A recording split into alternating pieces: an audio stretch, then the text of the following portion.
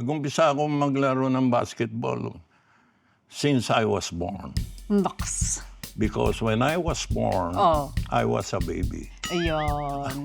Kasi una-una, malaki ka, tsaka hindi ka namang mataba dati nung araw. Nung araw yun, kaya lang gabi na eh.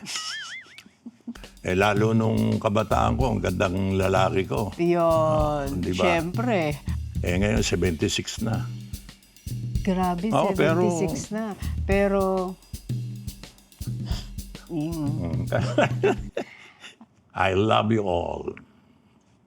3 times a day.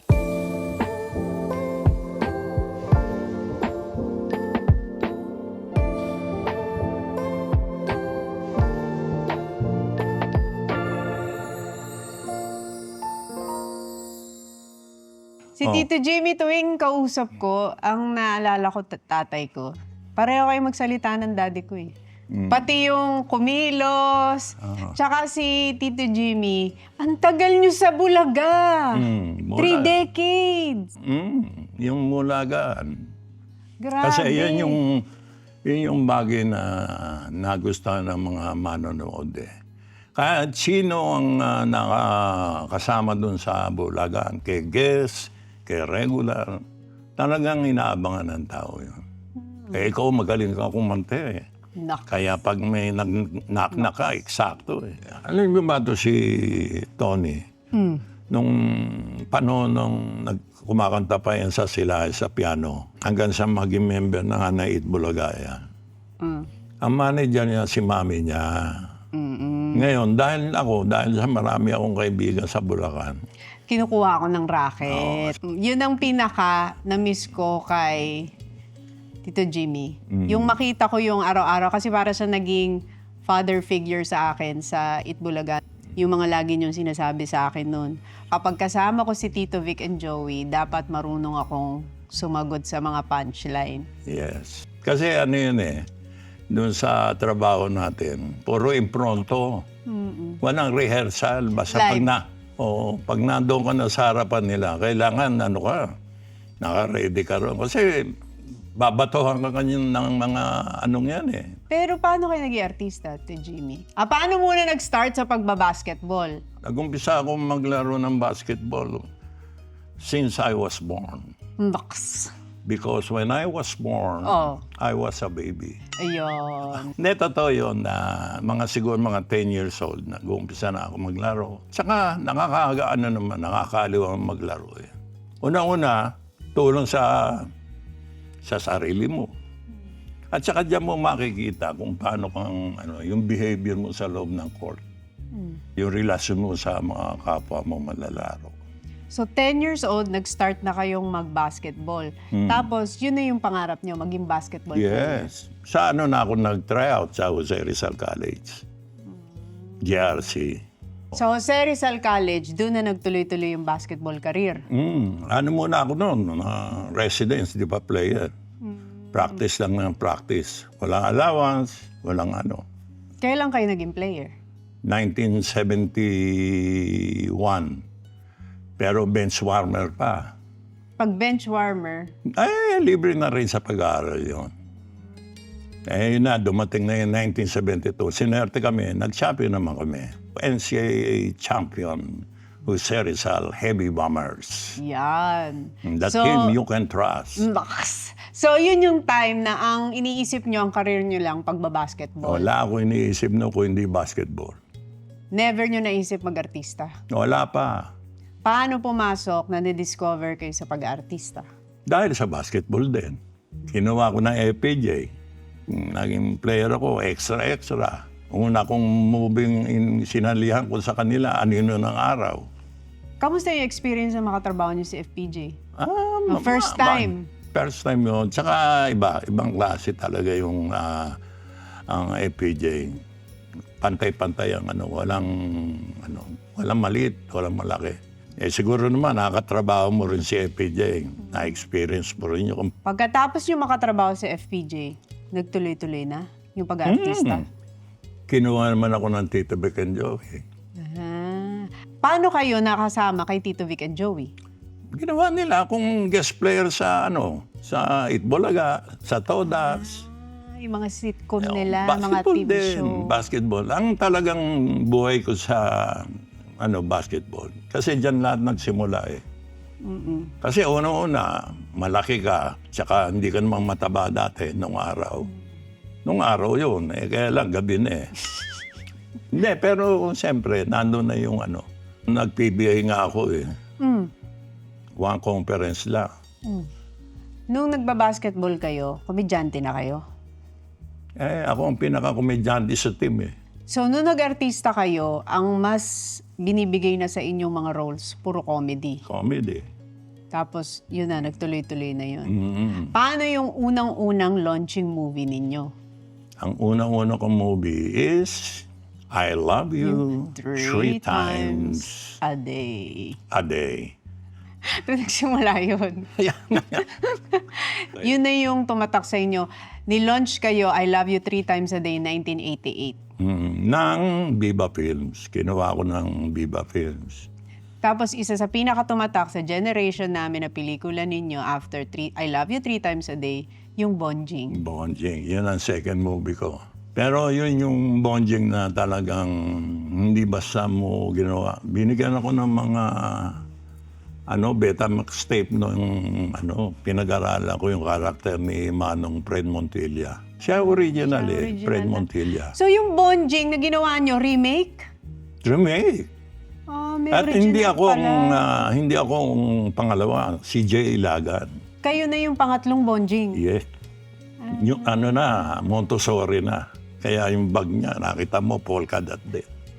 Paano yung transition na from basketball player, naging artista, ni-launch ng solo career, tapos sumikat na kayo as Jimmy Santos? Yes. Malaking oportunidad yung binigay sa akin ng Viva Films, Mr. Vic De Rosario. Kasi yun yung talagang di inaasahan. Kasi character actor ka eh. Kumikita ka ng 200 a day. Nung time na yun? 200 a day. Pesos. Isang araw. Extra 200. Minsan hindi ka pa mababayaran. Pag alam mo, every Friday ang payment ang sweldo eh. Pagdating doon, dideklara, alas 5 sasabihin walang next week na sweldo. Umiiyak ako, may luha ako sa mata. Hindi ako makauwi ng bahay. Pinagdaanan nyo din yun. Bakit mas tinuloy nyo ang pag-aartista kesa yung pagbabasketball player? Kasi nga, una-una, pag-aartista, masaya, kumikita ka. Tapos marami ka pa nagiging kasama. Kaibigan, director, assistant director, writers. Kailangan malapit ka dyan Wala naman akong manager. Since nagsimula kayo? Wala, self-reliance ako. Since. So pag kukunin kayo, direktang tatawagan kayo. Pati mga pelikula noon. Pati nung kinuha kayo sa Itbulaga. Yes. Direktang tinawagan kayo. Paano pag magne-negotiate ng talent fee nyo? Kayo ang magsasabi ng talent fee, gano'n? Pag kaya nila, halimbawa, sinabi ko 70,000, tatawad yun. Sabi ko, kayo na, bahala. Kasi hindi ako nagsasalita pagdating sa pera Kung ano yung makakaano doon sa tao na hindi sasama loob sa akin. Grabe, 39 years kayo sa Itbulaga. Ngayon, 39. Dahil dumating yung 46 Nandun ako, guess ako nung mag 46 years Bakit umalis na kayo sa Itbulaga? Hindi naman ako umalis. Nandiyan pa rin ako. Kaya lang, siyempre, pag senior citizen, kaakibat na yung nawawala ka na. Kasi siyempre yung takbuhan, hindi na ako pwede ron. Diba? Tinatanong nila bakit yung Tito Vic and Joey andun pa. Paano magre-resign yun? Sila may-ari, no? Sino magpapasweldo? Pero paano yung transition na araw-araw, for 39 years ng buhay niyo, pumapasok kayo sa Itbulaga, tapos biglang isang tanghali, wala kayo sa studio, nagtatanghalian na kayo sa bahay. Malungkot ako. Yes. Malungkot ako. Siyempre, hinahanap-hanap ko Kasi gusto mo yung trabaho mo Walang doon, walang problema doon Kasi gusto ko, araw-araw, biro mo, for 30 plus years, na nagawa ko yun. Nagtataka rin ako kasi siguro talagang dedicated ako sa trabaho. Hindi pwedeng okay ka ngayon, bukas hindi. Kailangan tuloy-tuloy. Which is sinasabi ko sa mga anak ko, basta pag nandiyan na kayo, gawin nyo na yung nalalaman yung gawin sa pinapasukan yung hanap buhay. Huwag kayong susuko, huwag kayong magpapabaya. Kasi mahirap yung mawala ng trabaho. Lalo nasa abroad yung mga yan. Yung panganay ko nasa Australia, kasama ng kanyang pamilya. May 2 anak siya ron. Yung aking bunso naman nasa Canada, Alberta. Meron siyang 1 anak doon. Awa naman ng Diyos, hindi naman sila siguro nakita na nila yung sitwasyon ng buhay ngayon. Lalo, hindi naman pwedeng baliwalayan ng buhay ngayon. Dapat tumabang kayo. Tuloy-tuloy pa rin ang laban. So after nyo ng Mag-Eat Bulaga, nung nag-retire kayo, sa Pampanga na kayo tumuloy. Tapos parang nag-start kayo ng bagong buhay doon. Pero nag-Canada din kayo. Kailan kayo nag-Canada? Nung ikasal yung aking anak na babae, Tapos nag-vlog kayo doon sa Canada na nagbobote? nangangalakal. Bakit nyo po binalag yun? Kasi doon sa Canada, yung pamilya doon, bumibili ng mga soft drinks, dilata, dibote. Pwede mong ibenta mo yun. Man naiipon ng mga anak ko yung Mga bote. Yung mga basyo. Sabi nga ng anak ko, mag-vlog ka. Iba-vlog ko? May yelo. Hindi. Meron kami mga basyo dyan, mga dali mo doon sa benta ng mga bote, lata, gano'n. 1 beses ko lang nasubukan. So at least nalinaw natin yan kasi nag-trending kayo nung vinalag nyo yun. Inisip nila, naghihirap na si Jimmy Santos, nangangalakal ng bote sa Canada. Masayang gawin kasi nagbote bakal din ako ng bata. Nagulat nga ako ng 5 million mahigit yun . Nag-trending uli kayo nung nagtinda kayo ng balot. Ang tanong nila is, nagtitinda po ba kayo talaga ngayon ng balot? Yun ang ginagawa nyo na? Hindi, nung bata ako. So yung nakita nila online na nag-viral, nagtinda ng kwek-kwek, yung mga street foods. Yun naman na bahagi ng ko yung vlog. Ng content ninyo. Yes. Kaya niya ginawa yun dahil yun ang mga bagay na ginagawa niya nung bata. Yes. Hindi Lahat dahil ito ang trabaho na niya ngayon. Lahat ng ginagawa kong content, puro na-experience ko nung kabataan niya. Pero hindi dahil yun na ang kanyang trabaho ngayon. Siguro nasa perception ng tao yun. Kung paano nila gustong tignan ang mga bagay-bagay na napapanood nila online. Oo, kasi una magiging yun daan para magkaroon, hindi sila sumuko, para mas higit doon magagawa nila. Basta masipag ka lang, masigap ka, wala kang iniisip na masama sa kapwa mo. Ganun lang, kasi ganyan lang talaga . Meron ngayon, bukas wala. Hindi ka pwedeng tumigil doon sa wala. Kailangan laban. Hindi niyo po naisip mag-retire sa Canada na doon kayo titira na ng permanent? Hindi. Kasi alam mo naman ang doon, para sa mga bata . Pag nag-winter doon, maniwala ka sa akin. First day, last day, gusto ko umuwi.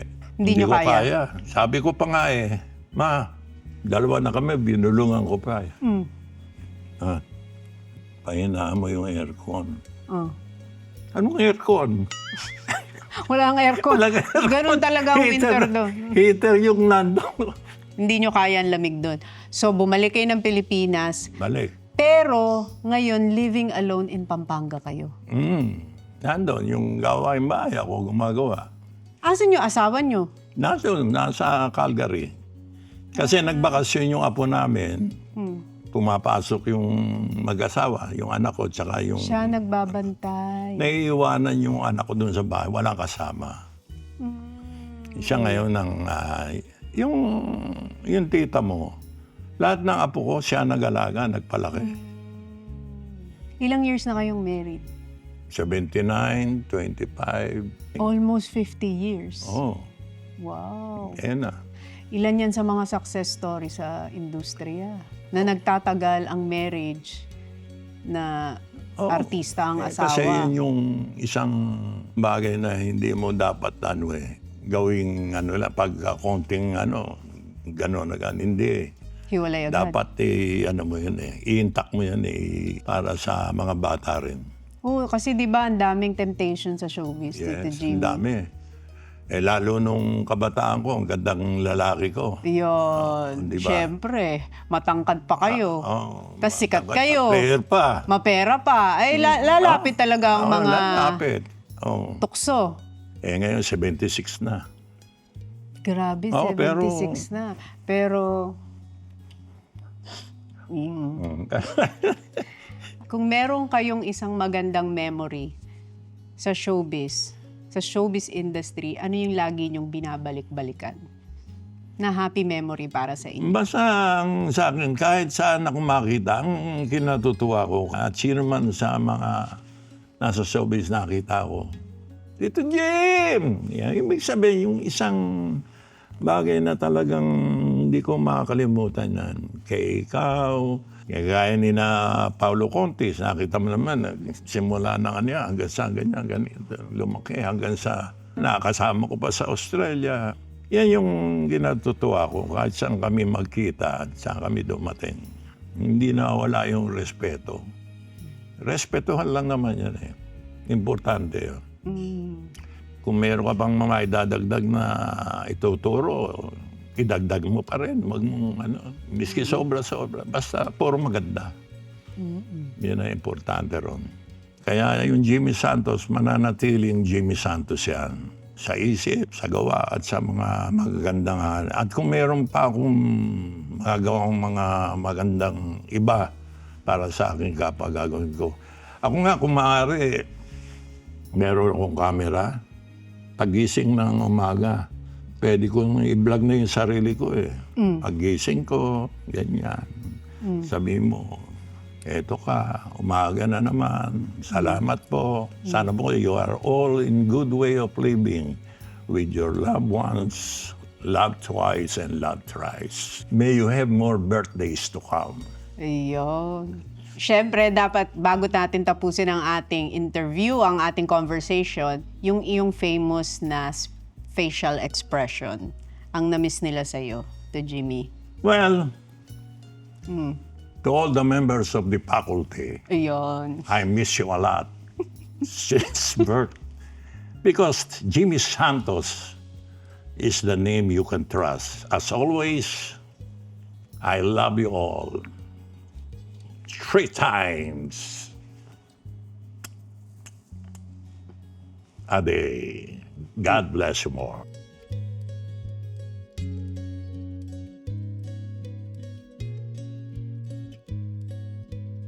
Knock, knock.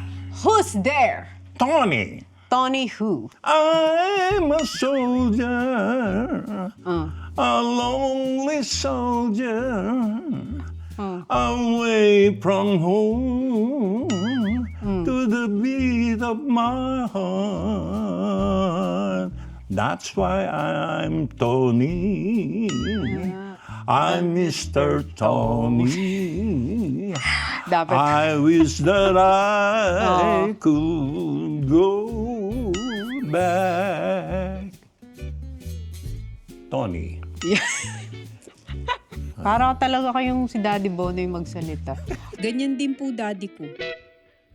Maraming salamat for watching today's Tony Talks. And for more meaningful conversations like this, don't forget to like, share, and subscribe. Maraming salamat!